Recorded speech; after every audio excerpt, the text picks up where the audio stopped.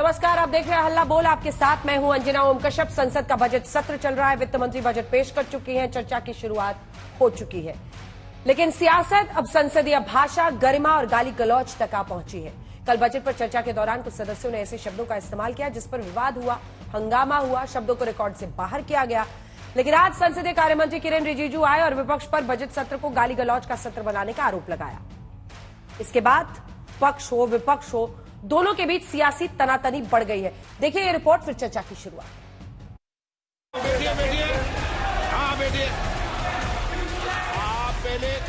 आप सब बैठिए पहले, मैं समझता हूं बात को क्या है।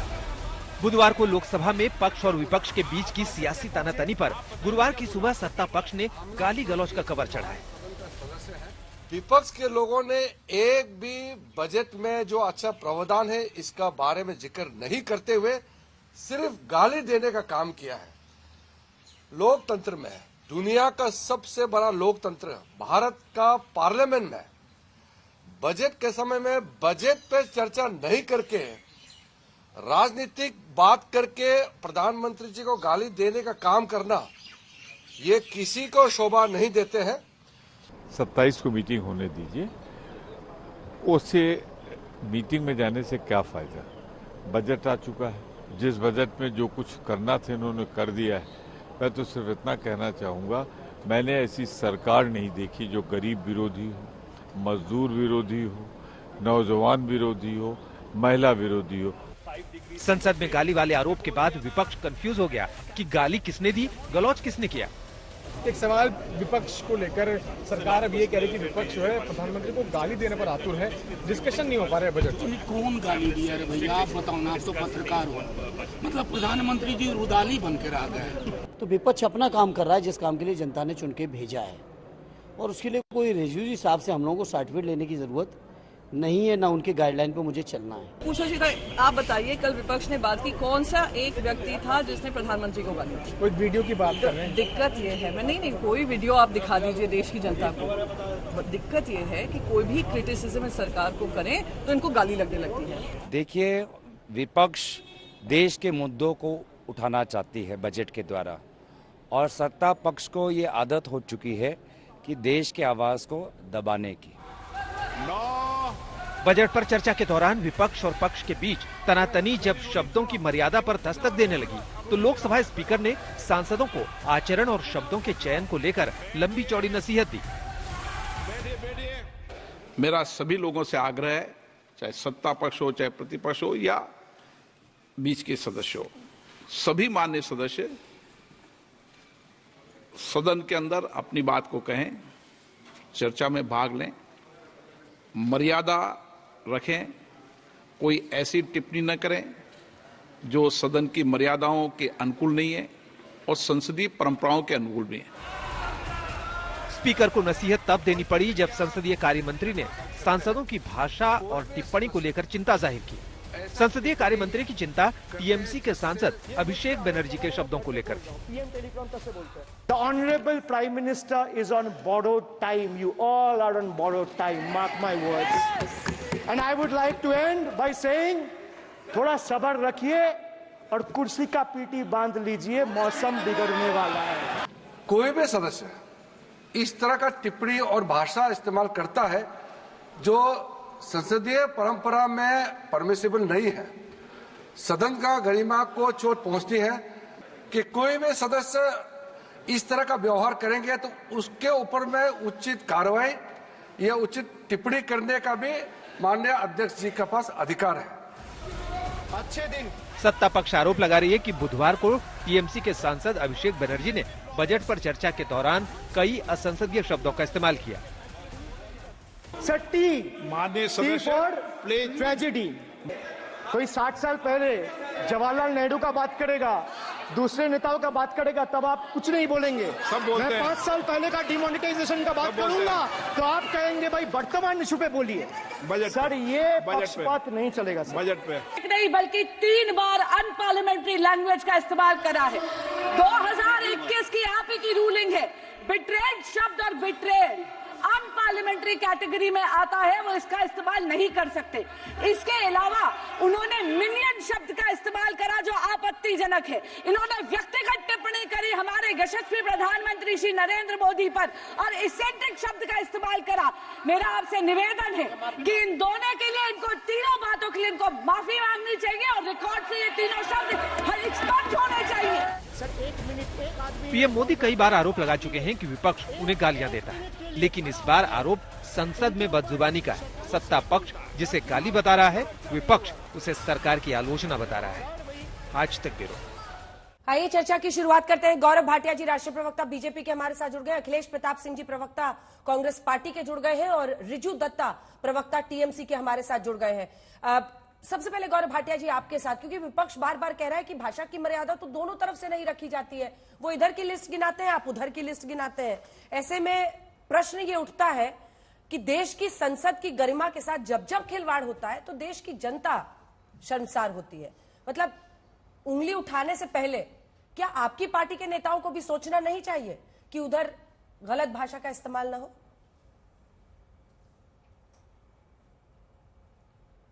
देखिए अंजना जी, ये कहना गलत नहीं होगा कि जब केंद्र सरकार ने बजट पेश किया है उसके बाद विपक्ष को मिर्ची लग गई, क्योंकि ये सर्वसमावेशी और भारत को मजबूत करने वाला बजट है।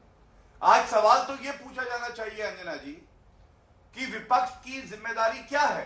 आज पार्लियामेंट्री मिनिस्टर ने भी ये बात कही, किरण रिजिजू जी ने क्या कहा, उन्होंने कहा विपक्ष को संसद के पटल पर सकारात्मक चर्चा करके ये बताना चाहिए कि बजट में क्या कमियां हैं, क्या सुझाव है आपके।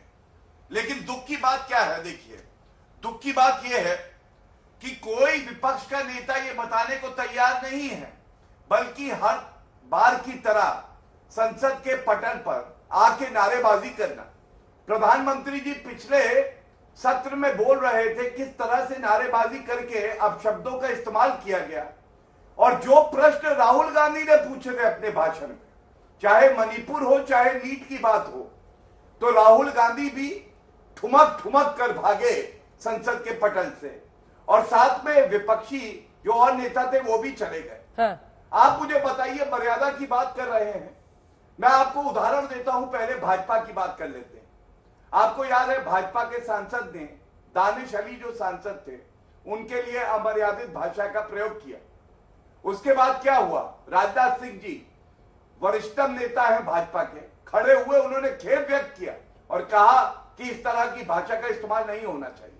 अब तुलना करिए, मुझे नहीं पता आज आपने सपा को क्यों नहीं बुलाया, लेकिन पूरा देश ये सुने, ये संसद है भारत का, ये कोई यादव परिवार का आंगन नहीं है कि धर्मेंद्र यादव क्या कहते हैं, वो एक सांसद को बोलते हैं, अरे यार बेईमानी से जीते हो तो ज्यादा मत बोलो, मालूम है कितने बारे तीरंदाज, कितने बड़े तीरंदाज हो, बेईमान हो बेईमान हो बेईमान हो, और उसके बाद जो बोले अबे कोई नोटिस नहीं लेता है तुम्हें। मैं पूछना चाहता हूं अंजना जी, एक सांसद के पास उसका सम्मान, उसकी प्रतिष्ठा ही तो होती है। कभी ईवीएम पे ठीक ना फोड़ोगे, कभी जो जीत के आएंगे उनको बेईमान बुलाओगे, और संसद के पटल पर कहते हो अबे और बेईमान हो, तो क्या अखिलेश यादव बेईमानी से जीत के आए हैं, राहुल गांधी बेईमानी से जीत के आए हैं? क्या ये सवाल नहीं पूछा जाएगा? और मर्यादा की आप बात कर रही हैं, मैं ये पूछना चाहता हूं, राहुल गांधी मर्यादा सिखाएंगे जो कभी पार्लियामेंट में संसद के पटल पर हाथ मारते मिलते हैं, जैसे कि कोई गली का लड़का हो जिसको कानून तोड़ने की आदत हो, या हवाई चुंबन देते दिखाई देते हैं, या अभी पिछले सत्र में अपने सांसदों को इशारा करके कह रहे थे कि जाओ वेल में जाओ। नेता प्रतिपक्ष का काम यह है कि अपने सांसदों को अनुशासित रखे, और वो कह रहे हैं कि तुम वेल में जाओ, तो इसलिए मर्यादा भंग करता है तो विपक्ष करता है। और आज जो कहा है पार्लियामेंट्री अफेयर मिनिस्टर, वो पूरा देश ने देखा है कि अखिलेश जी गौरव जी उस पे सख्त से सख्त अखिलेश उसके शब्दों को एक्सपेंड करना चाहिए। ये वर्डिक्ट ऐसा है कि जनता ने कहा है हमें एक मजबूत विपक्ष चाहिए, लेकिन उन्होंने एनडीए की ही पार्टियों को गठबंधन की सरकार बनाने का मौका फिर से दिया। ये जानते हुए कि नरेंद्र मोदी ही फिर से प्रधानमंत्री बनेंगे। जाहिर तौर पर आप लोगों को यह फैसला पसंद नहीं आ रहा होगा, आपको इसके खिलाफ संघर्ष भी करना चाहिए, विपक्ष की आवाज जोर शोर से उठनी चाहिए, लेकिन निजी तौर पर पीएम पर हमला करना, अवैध तरह की भाषा का इस्तेमाल करना सही कैसे ठहराया जा सकता है संसद के अंदर?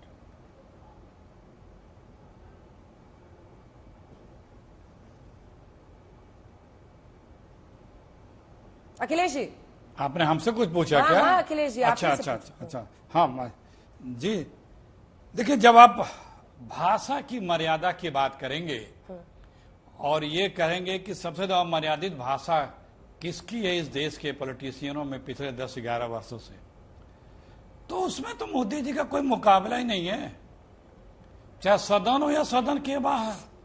आप रिकॉर्ड उठा के देख लें, सबसे ज्यादा अमर्यादित भाषा और लोकप्रिय भाषा, अपमान सूचक, उपहास सूचक, परनिंदा, आत्म प्रशंसा की भाषा। इसी सदन में नेता प्रतिपक्ष को आदरणीय मोदी जी ने बाल बुद्धि कहा। आप इसकी सराहना करेंगे क्या अंजना जी? नेता सदन है, चौथी कितने बार के सांसद हैं, कभी उनसे अमर्यादित भाषा नहीं निकली आज तक राहुल जी के मुख से। लेकिन राहुल जी अगर सरकार पे चुपते सवाल कर दें, किसी बात को लेकर प्रश्न सरकार को घेर लें, तो उनके, हम अभी सिर्फ इसी सत्र की बात करें, इसी सत्र में उनके दिए गए भाषण को 14 जगह से डिलीट किया गया। विपक्ष का नेता जब भी खड़ा होने को खड़ा होगा, स्पीकर चेयरमैन सबसे ज्यादा डिस्टर्बेंस करेंगे, अपोजिशन को लोगों को रोकेंगे, भले उसी बात पे सत्ता पक्ष के लोग घंटों बोलें। कल ही आपने कितना इंपैरेसिंग पोजीशन देखा स्पीकर महोदय की हुई, जब वो इमरजेंसी पे, नेहरू जी पे, किस पे बोलने के उधर सुनते, इधर का आदमी जब बोल रहा था तो उसको टोक रहे थे। आप कितने लोगों को स्पंज किया जाता है, किसी ऐसे तीखे सवाल सरकार से जब होते हैं तो विपक्ष के द्वारा उनकी भाषा, विपक्ष के नेताओं की भाषा देख लीजिए। अभी पिछले ही सदन में कितनी अमर्यादित भाषा, एक हमारे मुस्लिम सांसद के लिए क्या क्या बोला गया, और तमाम मिनिस्टर बोलते रहते हैं, पूरी बड़ी लंबी फहरिस्त है। ऐसी चुनाव में मोदी जी के भाषण देख लीजिए, रोज के मोदी जी के आप सुनेंगे तो खुद शर्म आती है कि हमारे प्रधानमंत्री जी कितनी ओछी भाषा का प्रयोग करते हैं। भाई आप परेशान हो, दुखी हो, आप हार चुके हो, आप आत्मबल आप में नहीं बचा है। संख्या बल बड़े इकट्ठा करके आप सरकार बना लियो, लेकिन नैतिक बल, आत्मबल आप में नहीं बचा है। आप परेशान हैं। आप ही तो हाउस में बोलते थे एक अकेला सब पे भारी, निकल गई है घड़ी सारी। ठीक है गौरव जी, एक जवाब दीजिए, फिर रिजू दत्ता के पास बोलने, कौन नहीं बोलने दे रहा है? अरविंद वाजपेयी जी भी हमारे साथ जुड़ गए हैं, एलजेपीआर का पक्ष हैं प्रधानमंत्री जी, लेकिन आप मर्यादा के भाषा की, आपने प्रधानमंत्री जी के पिछले कार्यकाल की अभी मैं सुनाऊं, महिला सांसद से लगाए किसके लिए क्या क्या बोला, सदन के अंदर ही बड़ी लंबी लिस्ट है, सदन के बाहर की तो अभी मैं बात ही नहीं कर रहा हूं। ठीक है गौरव जी, बाल बुद्धि शब्द जो वो कह रहे नेता विपक्ष के लिए आपने इस्तेमाल किया, उस पर उनकी आपत्ति है, और साथ ही विपक्ष का ये कहना है कि जो क्रिटिसिज्म भी आता है, मतलब जो आपकी निंदा करता है, उसको आप गाली गलौच बता देते हैं।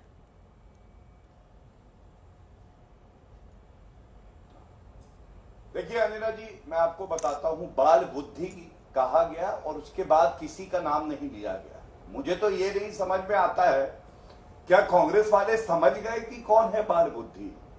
इसका मतलब तो उनको अपने नेता पर ही शक है और उसकी बुद्धि पर शक है।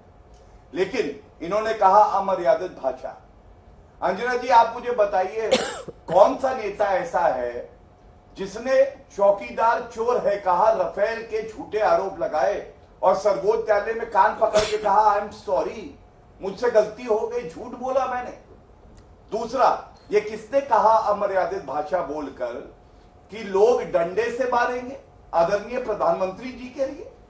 और दूसरा, उनका चरित्र क्या है? वो झूठ बोलते हैं, संसद के पटल पर बोलते हैं। मैं 2 झूठ तो आपको बता दूं पिछले सत्र से। उन्होंने संसद के पटल पर कहा कि अग्निवीर जो जवान ने शहादत दी उसको कोई मुआवजा नहीं दिया गया और भारत की सेना ने, आर्मी ने इसका खंडन करके कहा नहीं ये गलत है। और ये क्या दिखाता है कि राहुल गांधी झूठा नंबर 1 है। ठुमक ठुमक चलते जाते हैं जब प्रधानमंत्री जी उत्तर देते हैं लेकिन सच नहीं बोलेंगे। तीसरी बड़ी बात जो है, क्या उनका दोगलापन सबके सामने नहीं है? कल की बात बताता हूं, कुछ किसान लोग उनसे मिलते हैं, वो अपनी बातें कहते हैं, लेकिन आज तक की रिपोर्ट आ रही है कर्नाटका में 15 महीने में कांग्रेस की सरकार है और 1200 किसानों ने आत्महत्या कर दी। डीके शिव कुमार से आज तक के रिपोर्टर ने जब पूछा तो बताया जाता है वो झूठ बोल रहे हैं। तो क्या ये दोगलापन नहीं है?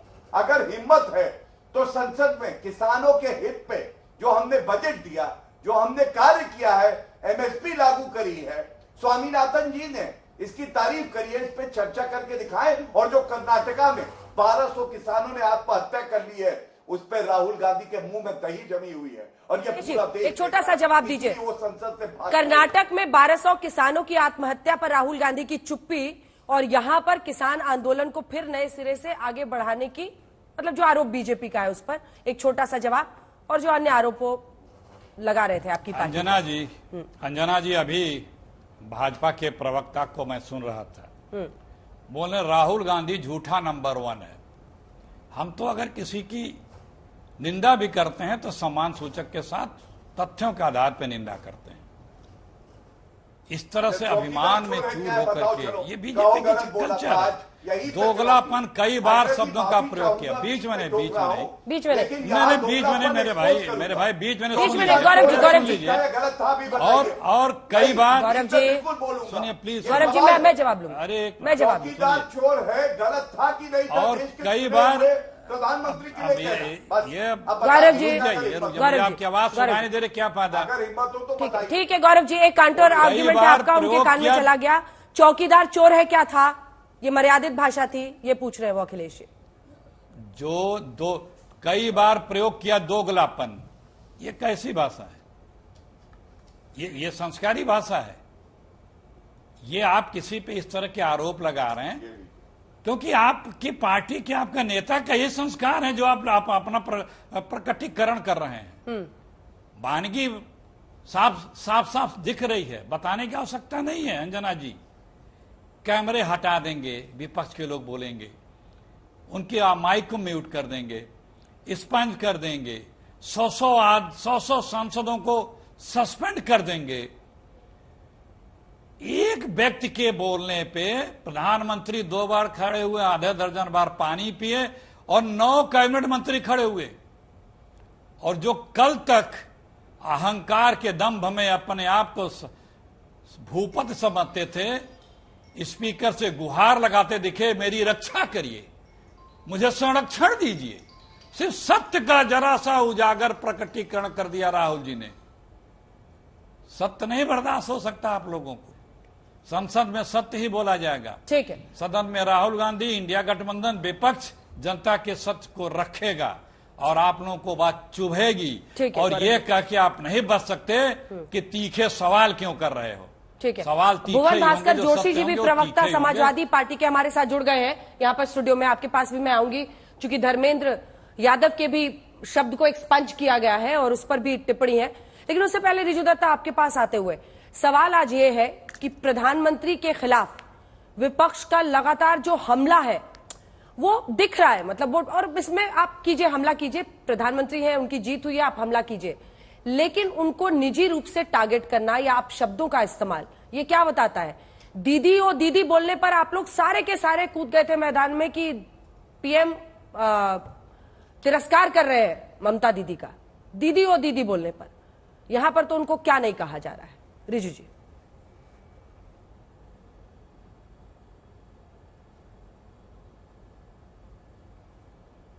प्रधानमंत्री, देश के प्रधानमंत्री जो बीजेपी के सर्वोच्च नेता हैं, अगर वो क्रिटिसिज्म जिसे कहते हैं, अगर वो अपनी निंदा नहीं सुन सकते पटल पे या सांसद के अंदर, तो कुर्सी छोड़ दे। इतनी चुई मुई क्यों है? आपने बीजेपी के प्रवक्ता से ये सब सवाल पूछा और उन्होंने दोनों बार अपने वक्तव्य में नेता प्रतिपक्ष को बोल रहे ठुमके लगा रही है। ये लैंग्वेज है नेता प्रतिपक्ष? ये जो बीजेपी के प्रवक्ता के जो मुंह के भाषा है, ये तो नरेंद्र मोदी जी का भी मुंह का भाषा है। तो मुजरा करवा रही है, मंगलसूत्र छीन लेंगे, भैंसे उठा लेंगे। अरे क्या मतलब है ये सब का? रमेश बिदूरी क्या हुआ उसके? आज बीजेपी के प्रवक्ता कह रहे हैं हाँ राजनाथ सिंह ने उठ के उन्होंने कहा कि हम खेद जताते हैं, हम माफी मांगते हैं। मतलब मैं आपको मां की गाली दूं और फिर माफी मांग लूं, हो गया सारा बात खत्म। ये कौन सा लॉजिक है? गिरिराज सिंह मंत्री है इनके पार्टी के, देश के मंत्री हैं। ममता बनर्जी के खिलाफ जो देश की एकमात्र महिला मुख्यमंत्री बोल रहे ठुमके लगा रही है। जब महुआ मोइत्रा का जो हादसा जो नाटक रचा गया था बीजेपी के, किस बीजेपी के नेता ने एक महिला को अपमान किया था? आप बोलिए अंजना जी। उसके बाद आप बोलिए कि जब स्मृति ईरानी जी पार्लियामेंट में थे, हर रोज उन्होंने राहुल गांधी जी के खिलाफ क्या अपशब्द यूज किए थे, संसद के अंदर, संसद के बाहर, सोशल मीडिया पे। और क्या स्मृति ईरानी के खिलाफ, रिजू जी, एक काउंटर क्वेश्चन है, एक काउंटर क्वेश्चन है। मैं आपकी बात को, सारी बातों को स्वीकारती हूँ, लेकिन दूसरी तरफ स्मृति ईरानी पर किस तरह की भाषा का प्रयोग होता है, कभी आप लोगों ने पढ़ा है? आप सोशल मीडिया की बात कर रहे हैं, स्मृति ईरानी को किस तरह के अपशब्दों को सुनना पड़ता है? जी, आप उस पर भी तो बोलिए। फिर देखिए, एक ही पैरामीटर सबके लिए होना चाहिए ना। मैं मानती हूँ मैं आपको बिल्कुल कि महुआ मोइत्रा के खिलाफ भी अपशब्दों का इस्तेमाल हुआ, जो कि एकदम गलत है। शब्दों में हाँ। अंजना जी, किसी भी नारी के खिलाफ कोई भी अपशब्द का हम लोग समर्थन नहीं करते। सोशल मीडिया में कौन ट्रोलिंग करेगा उसका जिम्मेदारी हम नहीं ले सकते, पर विपक्ष के नेता और आज के डेट में नेता प्रतिपक्ष ने ट्वीट करके कहा कि स्मृति ईरानी जी के खिलाफ कोई भी अपशब्द कहना जरूरी नहीं है, तो उन्होंने किया। आप बताइए ना मोदी जी ने क्या कार्रवाई की है रमेश बिदूरी के खिलाफ? आप बताइए मोदी जी ने क्या कार्रवाई किया है गौरव भाटिया के खिलाफ, जो सिर्फ आपके शो पे नहीं 10 और शो पे औरतों का अपमान करते हैं। देखिए अंजना जी, साफ बात यह है कि वक्त बदल चुका है, वक्त बदल चुका है। ये लोग उधार के समय पे नरेंद्र मोदी से गौरव भाटिया सब बैठे हैं, आने वाले दिन में और बदलना होगा इनको, और अगर इतनी चुई मुई है तो कुर्सी छोड़ दे। वक्त बदल चुका है। वो कह रहे हैं कुर्सी की पेटी बांधने को। गौरव जी एक जवाब दीजिए, फिर अरविंद जी के पास और आपके पास आऊंगी। सर, मौसम बदल रहा है कह रहे हैं। देखिए, ऐसा है, जिनका राजनीतिक प्लेन क्रैश हो गया है वो दूसरों को बता रहे हैं कि कुर्सी की पेटी बांध दो, और भाषा की मर्यादा पे पहले बात कर लेते हैं। बिल्कुल महुआ मोइत्रा जी का सम्मान होना चाहिए, नेत्री हैं, लेकिन उन्होंने चेयर को क्या कहा था अंजना जी, आपको मालूम है? हरामी। मैं ये शब्द क्यों बोल रहा हूं, बहुत पीड़ा से बोल रहा हूं। संसद के पटल पर महुआ मोइत्रा ने चेयर को बोला ये शब्द, ये कितना आपत्तिजनक है कि नहीं है?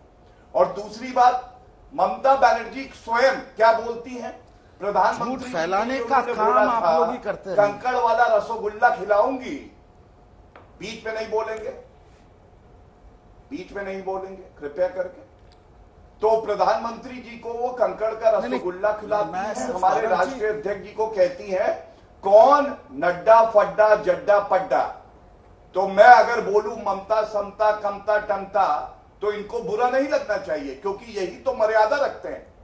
दूसरी बात, अभिषेक बैनर्जी नहीं, वो आपके घर की सीट की पहचान देता है, आप बोल सकते हैं। नेत्री ममता बनर्जी। दत्ता जी रुक जाइए दत्ता जी, प्लीज। हाँ, चुप कराइए, पूरा कीजिए, शांत रहिए। ये सारे उदाहरण दिए हैं इतिहास से, गलत होगा तो कहिएगा, वरना आप राजनीति छोड़ दीजिएगा, बीच में मत बोलिए। जब आपका चरित्र दिखाया, आईना दिखाया, तो अपनी शक्ल इतनी डरावनी लगी, अपना आचरण इतना बुरा लगा कि आग लग गई छाती में। शांत बिल्कुल। अंजना जी बोलना, आप सुनिए, मैं आ रही हूं, आपसे जवाब लूंगी। पार्टी से क्या उम्मीद करी जा सकती है? नहीं, उनको बोलिए ये सब डायलॉगबाजी यहाँ नहीं करने के लिए। बीजेपी का पार्टी ऑफिस नहीं बैठा है, सोमनाथ चैटर्जी बीजेपी का पार्टी ऑफिस नहीं है। नरेंद्र मोदी से जाके ऐसे भाषा में बात करना, ठीक है रिजू जी बात करना। रिजू जी एक सेकंड, दोनों की आवाज नीचे कीजिए। रिजू जी एक एक करके उनको अपनी बात कह लेने दीजिए। वो आपके नेताओं की बोली आपको सुना रहे हैं, एक बार सुन लीजिए। अगर गलत है तो आप उसका जवाब दे दीजिएगा, क्योंकि भुवन भास्कर जोशी और अरविंद वाजपेयी अभी इंतजार कर रहे हैं। अगर काउंटर आप लोग का ऐसा चलता रहेगा तो फिर अखिलेश जी की भी बारी नहीं आएगी। अपनी बात अब संक्षिप्त में पूरी करें गौरव जी। बिल्कुल। इसके बाद आपको बताता हूं ये आचरण आता कहां से है टीएमसी में, चाहे महुआ मोइत्रा हो, अभिषेक बैनर्जी हो, और ये इतिहास गवाह है, गलत हो तो बताइएगा अंजना जी, कि जब सीएए पे घुसपैठियों की पहले बात हुई तो ममता बनर्जी ने 2006 में उठा के सारे पेपर फेंके सोमनाथ चटर्जी साहब पे। क्यों फेंके? उन्होंने इसलिए फेंके क्योंकि उन्होंने कहा घुसपैठिए जो हैं ये देश के लिए खतरा है। कुर्सी पर आप चेयर फेंकती है अध्यक्ष के, और यहां पे आके आप ज्ञान देते हैं। और उसके बाद सबसे बड़ी बात यह, रमेश बिदूड़ी की बात करी, भाजपा ने कार्रवाई नहीं करी क्या? टिकट नहीं मिला, बदला गया। ये क्या दिखाता है? ये दिखाता है कि भाजपा संज्ञान भी लेती है, लेकिन सस्पेंड तो नहीं किया ना, भी करती है। गौरव जी, तमाम विपक्षी सांसदों को सस्पेंड किया क्योंकि वो वेल में आ रहे थे और शालीन उनका व्यवहार नहीं था संसद के अंदर। रमेश बिदूड़ी की ऐसी भाषा के बाद उनको सस्पेंड तो नहीं किया गया ना, टर्म पूरा हुआ उनका, फिर उनको टिकट नहीं दिया गया, ये बराबर नहीं हो सकता। एक मिनट अंजना जी, एक बात आपको बता दूं, उन्होंने स्वयं खेद व्यक्त किया। 1-2 सस्पेंड की अगर आपने बात करी, पश्चिम बंगाल में भाजपा के एमएलए को क्यों सस्पेंड किया जाता है? महाराष्ट्र में महावसूली अघाड़ी की सरकार थी, हमारे विधायकों को क्यों सस्पेंड किया गया? दिल्ली में अरविंद केजरीवाल की तानाशाही देखिए, सस्पेंड होते हैं, तब लोकतंत्र का गला नहीं घोटा जाता। और अंत करूंगा, महिला सम्मान की बात करी, जब मंडी से हमारी प्रत्याशी थी, अब सांसद नेत्री है, कंगना रनौत के लिए क्या ट्वीट किया था कांग्रेस पार्टी की हेड जो है मीडिया सेल की? क्या क्या ट्वीट किया था? राहुल गांधी के मुंह में दही नहीं जमी थी।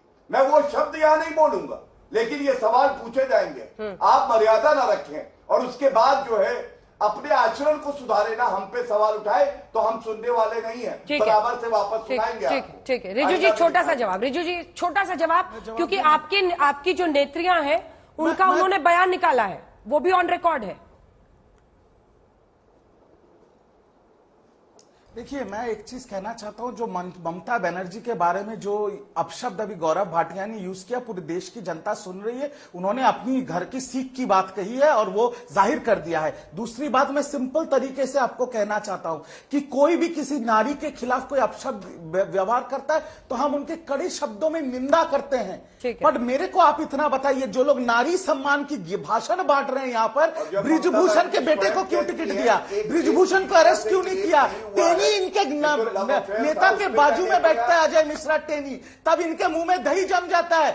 आप इनको, अंजना जी, मैं समझा बीच में नहीं, बीच में गौरव जी बीच में नहीं, गौरव जी बीच में नहीं, नहीं गौरव जी प्लीज। अभी इनको जाहिलियत जाहिर करने के लिए मना, बस वापस आइए। ये जो बजट, देश के बजट को, मेरे शो में कम से कम अपनी भाषा रखिए। इतना कहूंगा कि अंजना जी, देश के बजट को बीजेपी ने इस्तेमाल किया अपने 2 सहयोगी को घूस देने के लिए, ताकि उनकी ये मिली जुली सरकार चल सके। इनका टाइम खत्म हो चुका है। ये जो हेकड़ी है ना आपके चैनल पे, दूसरे लोगों को बोलना शांत, ये लोग देश की जनता दौड़ाएंगी इनको। भुवन भास्कर जोशी जी, ये समय रहते सुधर जाए। भुवन भास्कर जोशी चैनल से कहना चाहता हूँ। ठीक है, भुवन भास्कर जोशी जी, सब एक दूसरे को यही पर सारा का सारा एकदम जितनी धमकियां देना है दीजिए। लेकिन भुवन भास्कर जोशी जी, आपके एक सांसद ने भी अमर्यादित भाषा, और उस शब्द को तो एक्सपंज भी किया गया है प्रोसीडिंग से। क्यों पीएम पर हमला कीजिए, उनकी नीतियों पर हमला कीजिए, पीएम के लिए अपशब्द क्यों? ये प्रश्न है बीजेपी का। अंजना जी, हमारा ये मानना है, ये देश जो भारत है ये हमारा परिवार है, और इस अगर परिवार को कहा जाए तो इसके जो मुखिया होते हैं वो आदरणीय प्रधानमंत्री जी होते हैं। हाँ। और आपके हमारे घर में भी जो हमारे पिता थे वो हमारे मुखिया होते थे, और वो जैसा आचरण करते थे वैसे अंजना जी हम लोग आचरण करने का काम करते। गाली तो नहीं देते थे ना मुखिया को, घर के अपने बुजुर्ग को? मैं उसी विषय पे आ रहा हूँ, 2 मिनट का समय दीजिएगा। मैं आपको बताना चाहता हूँ आदरणीय प्रधानमंत्री जी किस तरह की भाषा का काम करते हैं, बोलते हैं। देश ने देखने का काम करा, वो जर्सी गाय कहने का काम करते हैं, 500 करोड़ की गर्लफ्रेंड कहने का काम करते हैं, कांग्रेस की विधवा कहने का काम करते हैं, दीदी वो दीदी कहते हैं। और हमारे नेता के लिए किस तरह के गलत शब्दों का प्रयोग होता है इस देश में, और कौन करता है, भारतीय जनता पार्टी और उनकी टीम करती है, वो भी हमने देखने का काम करा। किस प्रकार इस देश में जब अस्पष्टता खत्म हो जाती है उसके बाद भी हमारे ओबीसी नेता माननीय अखिलेश यादव जी के प्रति किस तरह का व्यवहार होता है आपने देखने का काम करा होगा। कैसे उनके घर को धोया गया, कैसे उन मंदिर में गए शिव की पूजा करने, उस मंदिर को धोया गया, ये भी इस देश ने देखा है। ये देश कहाँ जा रहेगा। मैं आपको बहुत जिम्मेदारी से, मुलायम जी को तो इन्होंने पद्म विभूषण दिया है, कहाँ उनको अपशब्द बोले हैं क्या?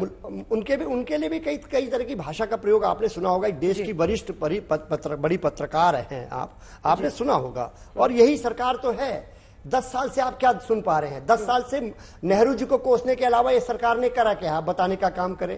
कोई मौका छोड़ते हैं क्या भारतीय जनता पार्टी? अरविंद जी, मुल्ला मुलायम, और ये बोला जाता था बार बार उनको, बोला मौलाना मुलायम, मौलाना फला, मौलाना लालू, मतलब ये सब क्यों? ये अब शब्द नहीं है क्या उनके सर्वोच्च नेता के लिए, इन पार्टियों के और क्षेत्रीय दलों के नेता का सम्मान नहीं है क्या? देखिए अंजना जी, ये सिलसिला शुरू किया ये सोनिया गांधी जी ने। याद करिए 2014 से पहले मौत का सौदागर मोदी जी को कहना ये किसका काम था? और अभी तक मोदी जी ने खुद बताई थी कि मुझको 101 गालियां दी जा चुकी है। कि पिछले इलेक्शन की रैली में उन्होंने खुद बताया, और गालियां सुन सुन के मैं गाली प्रूफ बन चुका हूं। क्या बात कर रहे हैं ये लोग? शुरुआत ये करेंगे गालियों की, मौत का सौदागर, तानाशाह, हिटलर, गंदी नाली का कीड़ा, और तो और 2 साल की सजा हुई है राहुल गांधी को, जब उन्होंने मोदी जात के लोगों को सबको चोर बता दिया था। उसी में डिस्क्वालीफाई हुए थे, फिर बाद में रिस्टोर हुआ, लेकिन सजा अभी भी बरकरार है, अभी भी वो बेल पर हैं। अब उस मुकदमे में क्या होगा क्या नहीं होगा वो बात का सवाल है, लेकिन परंपरा तो इन्होंने खराब की है। प्रधानमंत्री पार्लियामेंट में बोलेंगे और ये उनको बोलने नहीं देंगे, लगातार 1.5 घंटे 2 घंटे वोटिंग करते रहेंगे कि क्या क्या दिखाना चाह रहे हैं। मतलब पार्लियामेंट की मर्यादाओं को तार तार कर रहे हैं। बजट पर चर्चा नहीं करेंगे, बाइकआउट करेंगे। मणिपुर जैसे इशू पे चर्चा नहीं करेंगे, जब प्रधानमंत्री बोलेंगे तो उठ के चले जाएंगे। ये हमें क्या सिखाएंगे? प्रधानमंत्री जी ने कभी कोई गाली नहीं दी, हाँ तंज कसा होगा, लेकिन तंज भी मर्यादाओं में। राहुल गांधी की तरह नहीं कि भरी पार्लियामेंट में आंख मारना शुरू करेंगे आपस में और मोदी जी के गले जाके चिपक जाएंगे। क्या बातें कर रहे हैं ये लोग, हमको नहीं समझ आ रहा। 10 साल में देश को कहां से कहां तरक्की करके पहुंचा दिया। इसी बजट में युवाओं की सबसे ज्यादा चिंता की गई है, महिलाओं की सबसे ज्यादा चिंता कीजिए। और 10 साल में जितना इस सरकार ने किसानों को दिया है, माफ करना पिछली से सरकारों का रिकॉर्ड उतार के देख लीजिए। स्वामीनाथन कमीशन की बात बड़ा करते हैं, ये किसने लागू की? 74 डिमांड बकायदा इसी सरकार ने, प्रधानमंत्री नरेंद्र मोदी की सरकार ने लागू की। ये प्रधानमंत्री सम्मान निधि योजना क्या है, जिसमें कम से कम 20 लाख करोड़ रुपए छोटे किसानों को जा। हाँ, उनकी चिंता का विषय है छोटा किसान, जमींदार की चिंता नहीं कर रहे हैं, वो गरीब गुरबा की चिंता कर रहे हैं। देखिए, लोकतंत्र की मर्यादाओं को विपक्ष को भी निभाना है। सत्ता पक्ष पूरी तरीके से निभा रहा है, लेकिन विपक्ष उसमें फेल हो रहा है, और इसीलिए जनता ने तीसरी बार नरेंद्र मोदी प्रधानमंत्री बिठा दिए हैं। अखिलेश प्री पोलर इनको सत्ता दी है, इनको सत्ता नहीं मिली है। अखिलेश, तो इससे क्या जाहिर होता है? आपको जनता ने विपक्ष में बिठाया, राहुल गांधी के शब्द पर, मोदी से लेकर हर शब्द पर वो जानकारी दे रहे हैं। हाँ बोलिए अखिलेश। देखिए अंजना जी, लोकतंत्र में प्रश्न उठेंगे, तीखे सवाल होंगे, लेकिन जो तानाशाह होता है वो प्रश्नों को बदजुबानी समझ लेता है, अवमानना समझ लेता है, बेइज्जती समझ लेता है, गाली समझ लेता है। यही भ्रम है। जब आप लोकतांत्रिक हो जाएंगे तो आप खुद भाषा की मर्यादा को समझने लगेंगे और अपने भाषा को संतुलित रखेंगे। लेकिन आप में लोकतंत्र है ही नहीं, इसलिए आपको वो भाषा, वो सवाल, क्योंकि आप सत्ता में हैं, जो सत्ता में है जवाबदेही उसी की है, सवाल उसी से होंगे। और ये सवाल लोकतांत्रिक मूल्यों में आस्था रखने वालों को नहीं चुभते हैं, जो तानाशाही मूल्यों में आस्था रखते हैं उन्हें चुभते हैं। ये बदलना होगा सरकार को, अपने आप को, सत्ता में बैठे लोगों को, क्योंकि जब इतनी बड़ी जिम्मेदारी देश की जनता ने आपको दी है तो सवाल सिर्फ आप ही से होंगे, विपक्ष से नहीं होंगे। और तीखे सवाल होंगे, कभी कभी गुस्से में भी सवाल होंगे, और इसकी अपेक्षा भी रखनी चाहिए, क्योंकि इतना आपको दिया है तो उसी के अनुपात में सवाल भी आपसे होंगे। अगर इतनी बर्दाश्त करने की हिम्मत नहीं है तो आप पहले अपने आप को सुधारिए, संयमित अपने आप को बड़प्पन दिखाइए, संयमित भाषा का प्रयोग करिए, उदार दिल दिखाइए, लोगों को अवसर दीजिए, कैमरे मत घुमवाइए, विपक्ष को डिस्टर्ब मत करिए। प्रधानमंत्री जी बजट सेशन के पहले आकर के अपनी बात करते हैं, इश्यूज को घुमाते हैं, क्योंकि उन्हें पता था कि बजट में इस देश को कुछ नहीं मिलने वाला है। बजट पे बहस होगी तो सरकार की बखिया उधड़ जाएगी। तो वो एक नैरेटिव बना रहे हैं कि मुझको सदन में बोलने नहीं दिया गया। आ रही हूं गौरव जी, पूरा कर आपको कौन नहीं बोलने देगा? आप तो 2.5 घंटे बोलते हैं, बीच में चुप भी नहीं होते हैं और बोले भी, लेकिन कुछ बात निकली नहीं उसमें। अखिलेश जी, वो तो टाइम मिलता है ना, हर सांसद पर 2 मिनट मिलता है। वही तो 100 मिनट राहुल गांधी बोले, तो वही कह रहा हूँ, 34 मिनट पीएम बोले। अरे अंजना जी, वही तो मैं भी कह रहा हूं अंजना जी को, आपको तो फ्री हैंड है, आपको कौन रोक सकता है? क्यों भी इस तरह से विलाप कर रहे हो? अपने सरकार की उपलब्धि बताओ। नीट पे क्यों नहीं बोले? किसानों का दूनी पर क्यों नहीं बोले? अग्निवीर पे क्यों नहीं बोले? तमाम आप 13 लाख करोड़ रुपए पर साल आपने एक्स्ट्रा कर्जा लिया है। 54 लाख करोड़ रुपए 2014 में देश पे कर्जा था, और इसी बजट में आपने जो है 181,68,000 करोड़ रुपए कर्जा हो चुका है। आप किसी बजट में बताया गया है? क्या किया? आप कर्जा लेकर के अपने मित्रों का कर्जा माफ कर रहे हो। गरीब होता जा रहा है, किसान परेशान होता जा रहा है। किसान को संसद में राहुल गांधी से मिलने के लिए पास देने में आपके परेशानी हो रही है। मोदी जी खुद उन किसानों से मिल लिए होते संसद में, तो आज कितना बड़ा मैसेज गया होता। लेकिन किसान इनके एजेंडे में नहीं है, नौजवान एजेंडे में नहीं है। जवाब दीजिए गौरव भाटिया जी, जवाब दीजिए। ठीक है, बोला चुप जवाब जी अखिलेश जी, गौरव जी बोलिए, जवाब दीजिए। 3 शब्दों को मैंने सुना और मैं उसका उत्तर देना चाहूंगा। पहली बात इन्होंने बहुत अच्छी कही, विद्वान प्रवक्ता हैं कांग्रेस के। इन्होंने कहा बड़प्पन दिखाना चाहिए। तो तथ्य है, चुनौती के साथ कहता हूं अंजना जी, नरेंद्र मोदी जी ने प्रियंका वाड्रा गांधी को कहा ये मेरी बेटी। प्रियंका वाड्रा गांधी ने क्या उत्तर दिया था मालूम है? ये नीच राजनीति करते हैं। मतलब नरेंद्र मोदी जी बड़प्पन दिखा के कहते हैं मेरी बेटी है, वो कहती है नीच राजनीति करते हैं। दूसरा, तानाशाह, अरे कांग्रेस पार्टी बोलेगी। तानाशाह सबसे ज्यादा तो कांग्रेस पार्टी में है। जवाहरलाल नेहरू पहली पीढ़ी, अनुच्छेद 19 अभिव्यक्ति की आजादी का संशोधन कर दिया। इंदिरा गांधी काला अध्याय किया भारत के लोकतंत्र में, आपातकाल लगाकर दूसरी पीढ़ी। तीसरी पीढ़ी राजीव गांधी, 1984 के दंगे हुए, बोले बड़ा पेड़ गिरता है तो धरती हिलती है। चौथी पीढ़ी राहुल गांधी। राहुल गांधी में तो इतनी हिम्मत आ गई, कैबिनेट से जो पास हुआ था ऑर्डिनेंस, अध्यादेश को फाड़ के फेंका, कहते दिस इज नॉनसेंस। तानाशाह कैसा होता है? बिल्कुल गांधी परिवार जैसा होता है। तीसरा शब्द इन्होंने किसानों की बात करी। मैंने किसानों पे एक सवाल पूछा, आपने दोहराया। लगता है आज अखिलेश जी सुन नहीं पाए। 1200 किसानों ने आत्महत्या करी है कर्नाटका में 15 महीने में। और बेईमानी की बात कर रहे हो। कैसा लगेगा अगर कोई कहे कि अखिलेश यादव बेईमानी से जीते हैं, गुंडागर्दी से जीते हैं?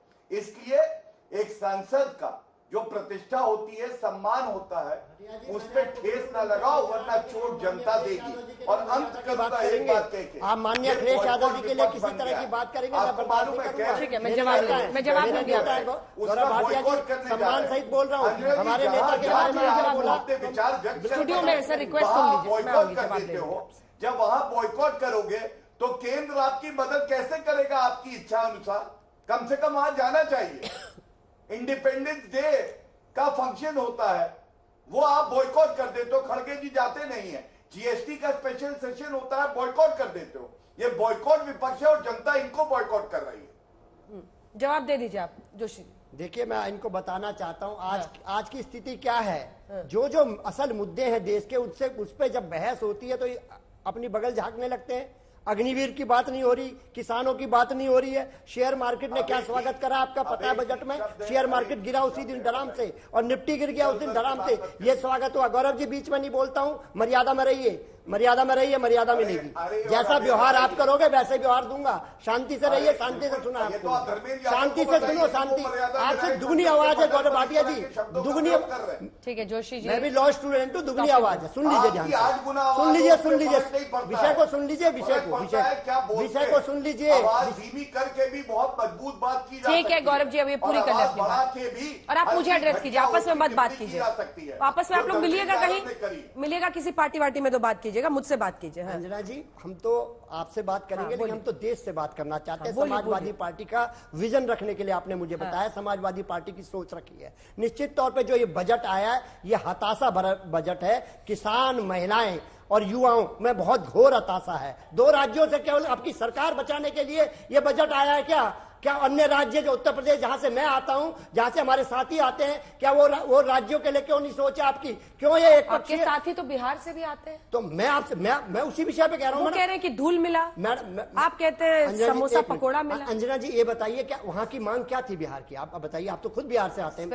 स्पेशल स्टेटस की बात थी, आप बिहार से आती है, मैं जानता हूँ। नीतीश बाबू तो खुश दिख रहे हैं। लेकिन नहीं, नीतीश बाबू की मजबूरी है, नीतीश बाबू की मजबूरी है, प्रधानमंत्री जी की मजबूरी है। अब ये बजट मजबूर बजट है। नीतीश जी मजबूर प्रधानमंत्री, मजबूर मुख्यमंत्री है। बजट मजबूर है, बजट भी मजबूर कर दिया इन्होंने। मजबूर बजट है, ठीक है। चलिए एक एक कमेंट जल्दी से सबसे लेते हैं। रिजू जी आपसे शुरू करते हुए, कुल मिलाकर बजट पर लड़ाई है, लेकिन सवाल यह है कि अच्छी बहस कीजिए, अच्छा बोलिए। मतलब ये नहीं हो सकता ना कि बजट के अलावा हर मुद्दे पर, अब इलेक्शन खत्म हुआ, अब बजट के पॉइंट्स उठाए ना जिससे जनता आपसे कनेक्ट हो। अब शब्द क्यों? रिजू जी, यही एक सवाल है जिसके सारे जवाब दें। रिजू जी, 2 लाइन्स। देखिए, कोई भी नहीं चाहता कि किसी भी तरीके का विपक्ष से हो या ट्रेजरी बेंचेस हो कि अपशब्द का, पर तीखे सवाल तो सरकार से ही पूछे जाएंगे ना, तो उनको इतना चुई नहीं होना चाहिए। नंबर 1 बात। नंबर 2 बात, वक्त बदल गया है, ईंट मारोगे तो पत्थर खाओगे इस बार। ठीक है, अरविंद वाजपेयी जी वो कह रहे छुई मुई नहीं होना चाहिए, अगर प्रश्न पूछे जाएंगे तो तीखे ही होंगे।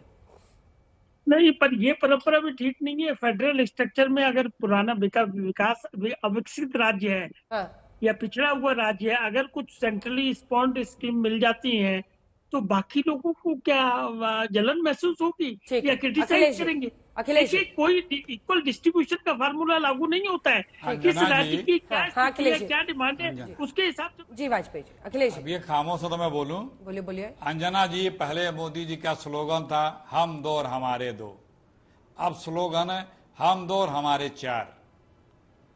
2 पहले वाले और 2 अब जो जुड़े हैं। मांगा था समर्थन मूल्य किसानों ने, और समर्थन देने वालों को मूल्य चुका दिया।